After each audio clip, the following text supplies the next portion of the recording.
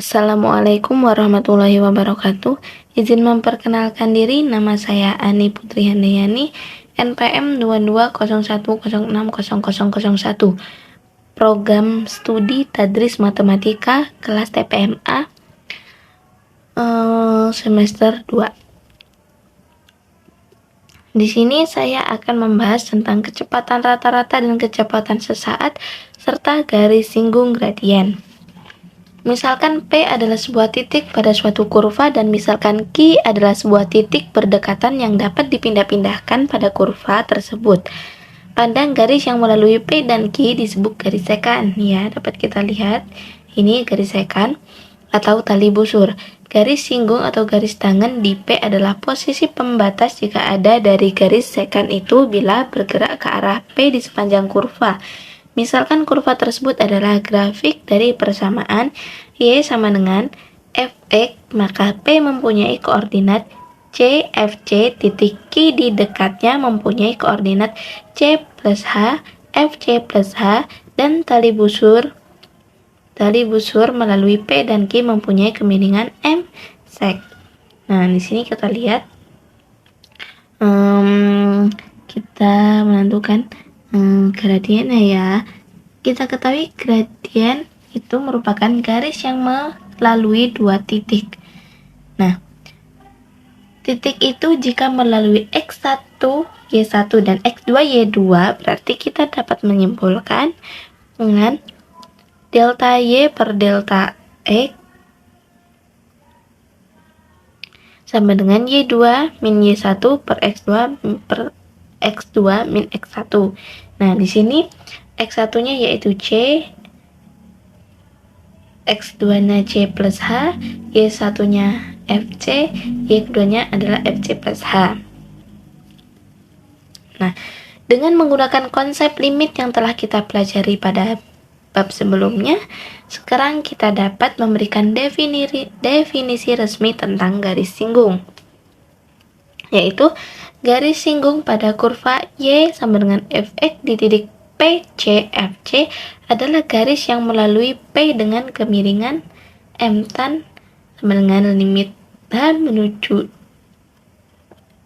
atau mendekati 0, M sek sama dengan limit H mendekati 0 untuk FC plus H min FC per H, dengan syarat bahwa limit ini ada dan bukan positif tak hingga ataupun negatif tak hingga.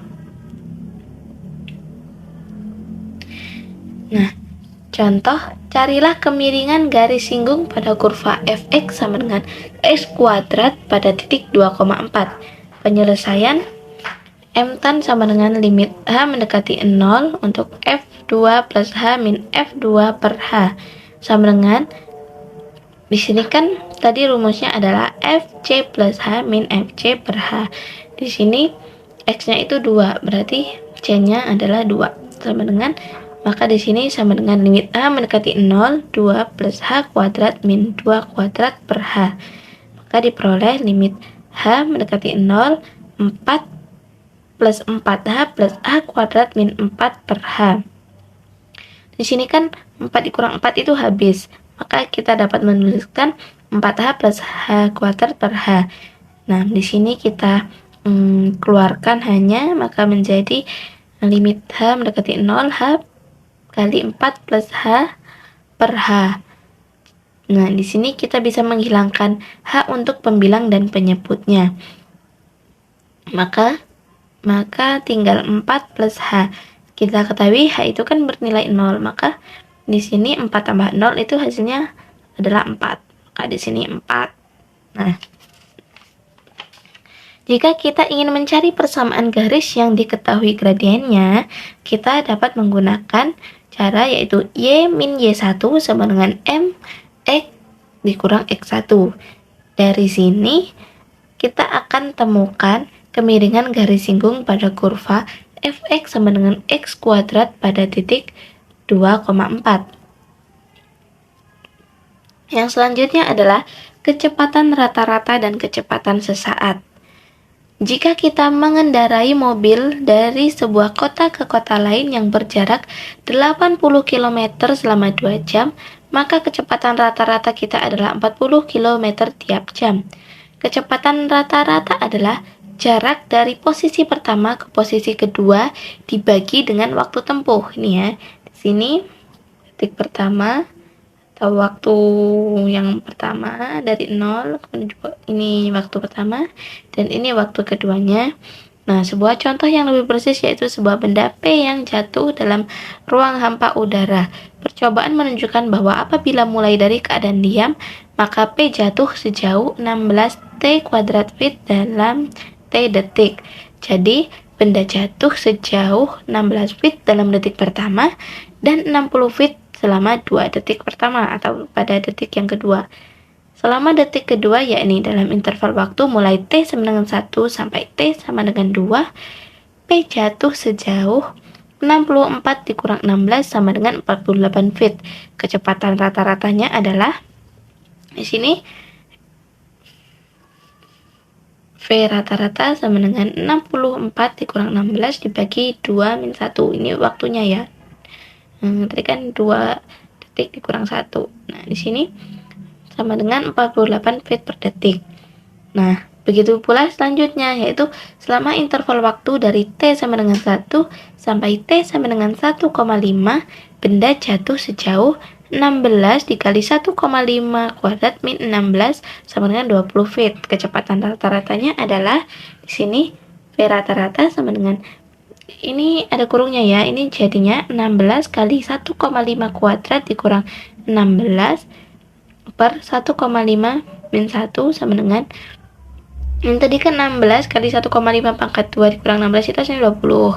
1,5 dikurang 1 hasilnya 0,5, maka 20 dibagi 0,5 sama dengan 40 feet per detik.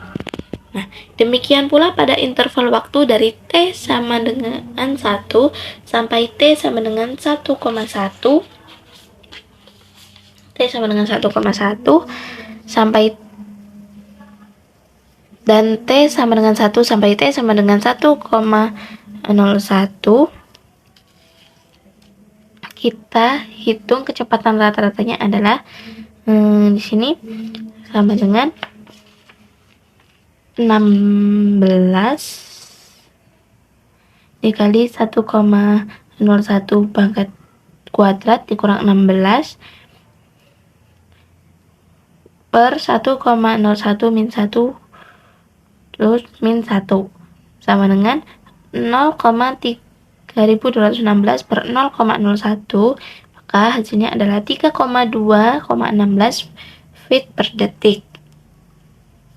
Nah, apa yang telah kita lakukan adalah menghitung kecepatan rata-rata interval waktu yang semakin singkat, masing-masing mulai pada T sama dengan 1.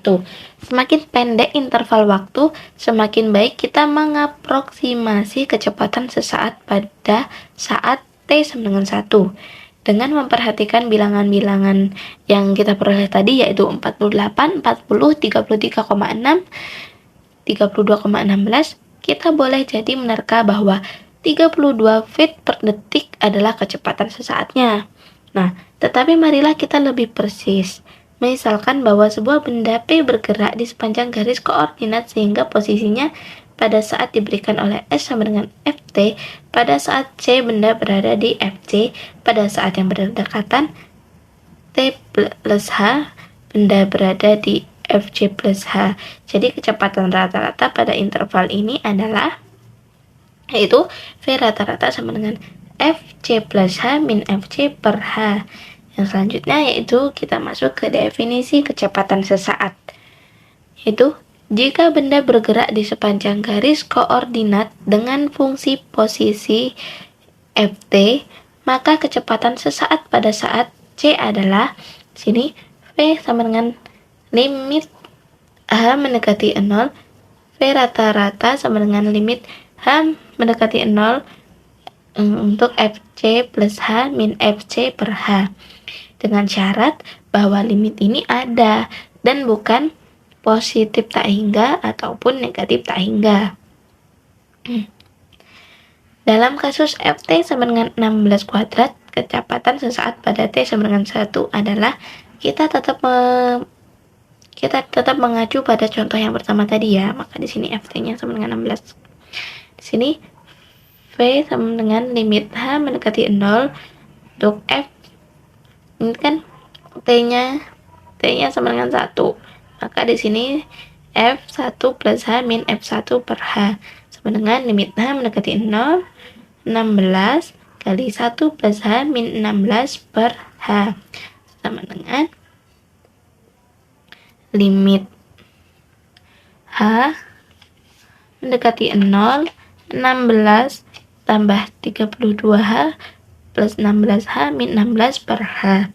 Ini kita menggunakan cara substitusi ya. Maka diperoleh limit H mendekati 0, 32 plus 16H. Nah, kita tahu H itu kan bernilai 0. Maka 16 kali 0, 0. 32 ditambah 0 hasilnya 32. Maka hasilnya adalah 32.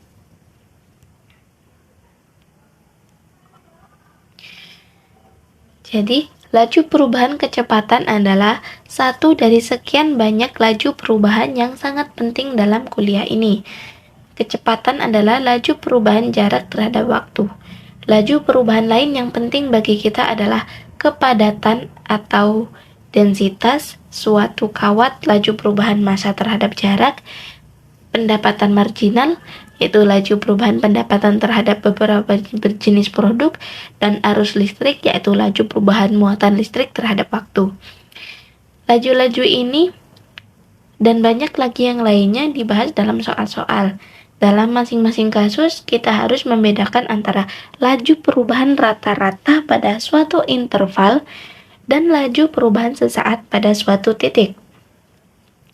Istilah laju perubahan tanpa keterangan apa-apa akan bermakna laju perubahan sesaat. Baiklah. Mungkin cukup sekian yang dapat saya sampaikan. Saya akhiri. Assalamualaikum warahmatullahi wabarakatuh.